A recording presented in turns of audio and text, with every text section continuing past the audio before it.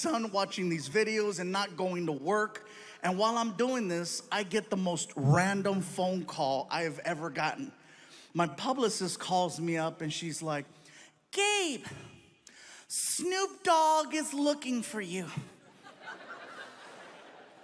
Excuse me? Snoop Dogg, I know who Snoop Dogg is, but what do you mean he's looking for me? Well, he's looking for, is he looking for me or is he looking for me? He's a fan and he wants to interview you. Oh, cool. Sounds good. What is it? I think it's some type of podcast. I'm in. Can I bring Frankie? Absolutely. Cool. So I hang up the phone. I'm excited. I want to tell my son. I'm like, Frankie, I'm walking towards your room. I'll be at your door in 3, 2, 1. Hey, all right, you're dressed. Good. Come on, let's go. Where are we going? Watch. We get in the car. And now we're off on this adventure to go do an interview with Snoop Dogg. You guys, let me tell you something. We get to the neighborhood and we're lost. The GPS says we're there, but we're lost. We're looking for a house and there's no house, just a big building. And so I'm like, this doesn't look like a podcast, really? So I pull up to the security gate. Tap the button on the wall. Security desk, can I help you? Hey, security desk, my name is Gabriel Iglesias, and I think I'm here to do an interview with Snoop Dogg. Okay, one moment. Oh, okay, this is it. Good, good. I'm so excited. Snoop Dogg, this is gonna be cool, right? Sir? Yes. Yes, hi, there is no Gilbert Ignatius on file. What? Could there be another name? Another name? I don't know, Fluffy maybe? And the gate starts to open. I'm like, oh my God, I'm officially in the rapper's world because my real name doesn't mean shit.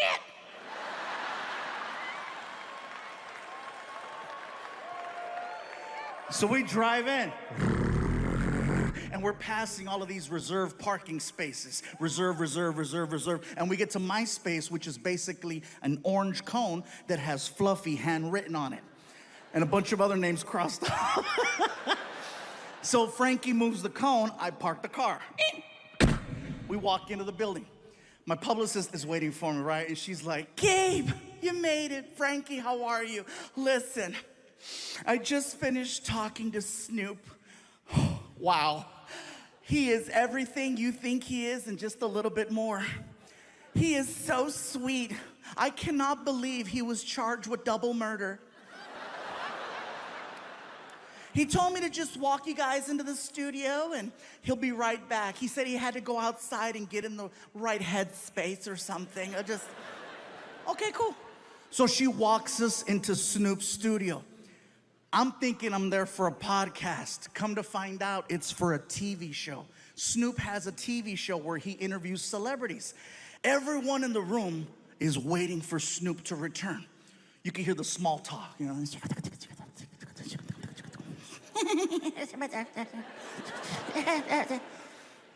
All of a sudden, everyone stands up. And I'm looking around like, what's going on? And I look at the door to see if Snoop's walking in, and I don't see him. And I could see my son. I don't realize it, but Snoop is entering the room through a different door. I don't realize it till like the last second. I'm like, what are you? Oh! So I jump up, I push in my chair. I'm so nervous, I don't know how to address him. So I'm like,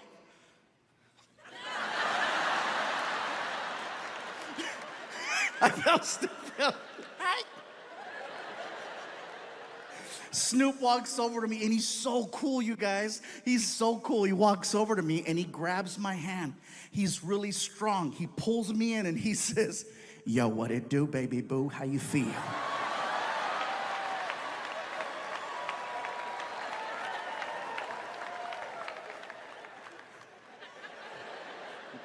Thank you for having me. Yeah. Can I sit down? For sure. I sit down, I look over, I see my son. My son's like... The difference between Snoop's show versus any other talk show I've ever done is that usually there's a person, like a producer or a director, who comes to you and gives you information, like how the show begins, topics you're gonna cover, how you go to commercial, how you come back from commercial. I've spoken to no one. Snoop just starts talking, and at some point, they hit record. I'm waiting for action or a buzzer and something. Snoop just starts talking to me. Yo, what up, Big Fluff? Big Fluff? Oh, that's, hey! Yo, you like music? Snoop, I love music. I love your music. Yeah, that's what's up. He opens up a laptop computer, and then he hits play. And the next thing I know, we are listening to hardcore Mexican banda music. I mean hardcore.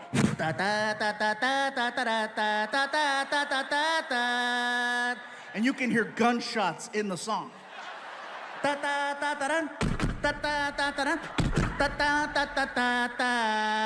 And then a cow. And the whole time Snoop is like, I love it when he go moo.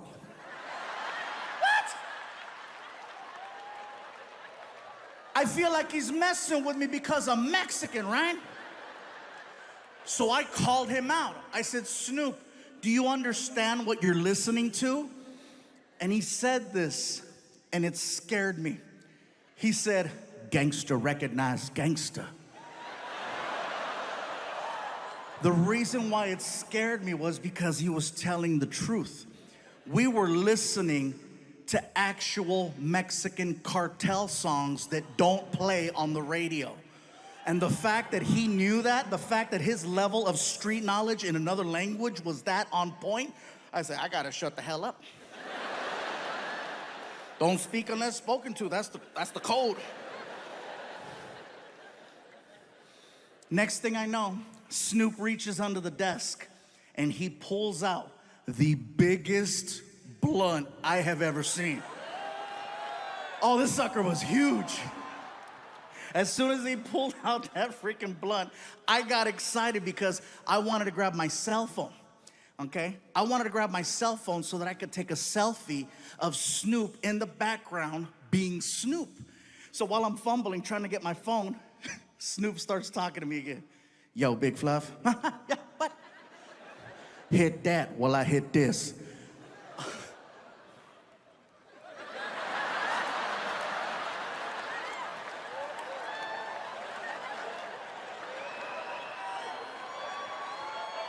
The second I went like that, all of the cameras in the room, red light, red light, red light, red light, red light. My publicist is like, no! My son is like, yeah! But every now and then I go out and I wanna meet people, I wanna see cool things. And for example, comedy.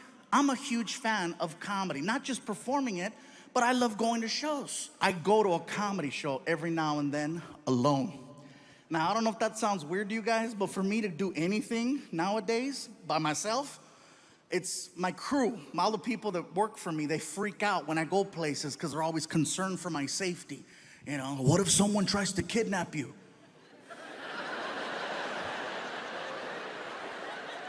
Well, they're gonna earn it. I got into a fight with some of my team members and I said, you know what, I'm going out. I bought myself a ticket and I went to go watch Chris Rock one night in concert. Now, I says, you know what, maybe I can make my way backstage and I don't know, if I get lucky, maybe I'll say hi to him. I've always wanted to meet him. So I go to the side of the stage and I run into security and I said, hey. He looked at me and said, Fluffy! And when he did that, I said, hey, listen, I forgot my keys. I'll be right back. And the guy's like, yeah, keep going. Get your keys, get your keys, get your keys. I'm like, oh, my God, that shit worked. Just like that, I snuck backstage at a Chris Rock concert. Once I was behind the curtain, I was in my element. I knew where everything was. I knew where the food was. I knew where the dressing rooms were, where the bathrooms were. I'm walking around with a soda. People are coming up to me. You know, we didn't know you were gonna be here. I got a call last minute. Looking for my keys. I says, you know what? I got this far. I'm gonna push it. I want to meet him. I've always wanted to meet Chris Rock. It was not hard. Once I was back there, I just had to go to the dressing rooms. All I had to do was read the name on the door. I'm standing there in front of the door and I'm hyperventilating. Just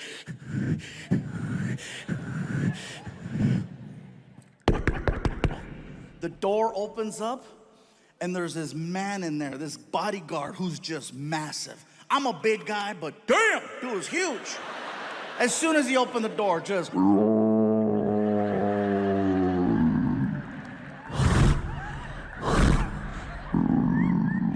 welcome to Jurassic. Big! Grandote! And I'm standing there and I'm like, hi. And he's like, can I help you? Yes, my name is Gabriel. I'm a comedian. And I wanted to see if I could say hi to Chris Rock, if that's possible. You say you're a comedian? Yes. Well, then you understand Chris is going over his material right now. He really ain't trying to talk to nobody. So I'll tell you what, player, if you want to come by after the show, you're more than welcome to. But right now, it's not a good time. Chris Rock is a busy man.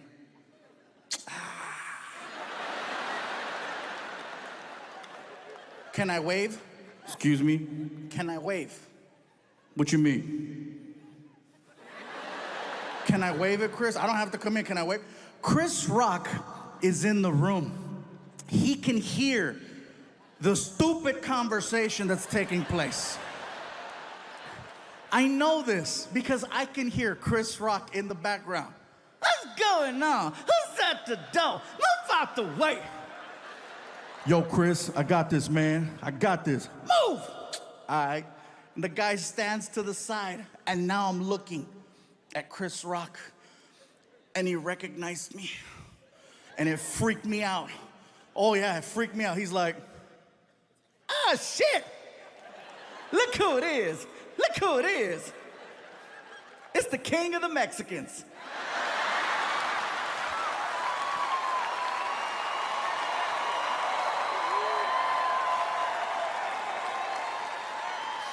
Chris Rock called me the king of the Mexicans. For the rest of the show, everyone referred to me as El Chapo. After I performed in the Middle East, I had one of the longest flights of my life coming home. It's probably about a 26-hour trip, okay? We left out of Kuwait, and we had about 4 stops. It was long. When I got home, I was so tired. I turned on my phone to check my messages, and I had a voicemail message from a guy by the name of Channing Tatum, okay? Now, for those of you not worrying, let me explain who that is.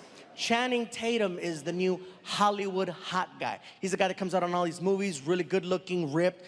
You know, he's making a lot of films. And there's a voicemail on there from him. Gabriel Iglesias, this is Channing Tatum. Please call me at your earliest convenience, blah, blah, blah, blah, blah, blah, you know. And I'm like, oh, okay. So I called him up. You know, hello. I go, hi, this is Gabriel Iglesias. I'm calling from Mr. Channing Tatum. He yells, Fluffy! Hello? Oh, dude, man, I'm a huge fan. Hey, listen, bro, really quick, I only have like a minute. Look, bro, I'm doing a new movie, and I want to see if you're interested in reading and auditioning for one of the parts. I go, sure, bro. I'd be happy to audition for your movie. What's it called? He goes, the movie's called Magic Mike.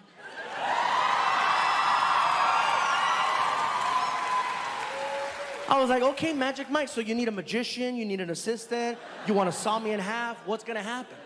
Actually, bro, the movie has nothing to do with magic. It's actually a movie about male strippers.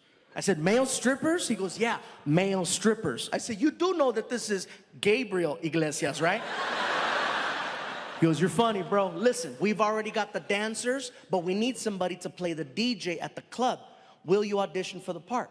I said, you know what, bro? I'll be there, okay? And just to let you guys know, because some people have asked me in the past, how come you're not in more movies? Because you have to audition. And I don't like auditions because they treat you like crap. Auditions are very cold and very just, they make you feel like shit. They seriously do. You work really hard to memorize all your lines, and you show up and you try to do your thing, and they cut you off really quick. You're in there and you're like, okay, so who am I hold on. Oh, okay, I'll hold on. Hey, how's it going? Don't talk to him. All right, no problem. Okay. Are you ready? Yes, I'm ready. Quick question. How much energy do you want? You don't know? That's why I'm asking. And when you're done, you try to ask them more questions. Like, is this okay? Would you like me to go again? Thank you. I've had the fingers this so many times, and it hurts. Thank you. Thank you. Thank you. And you're sitting in your car and you're crying.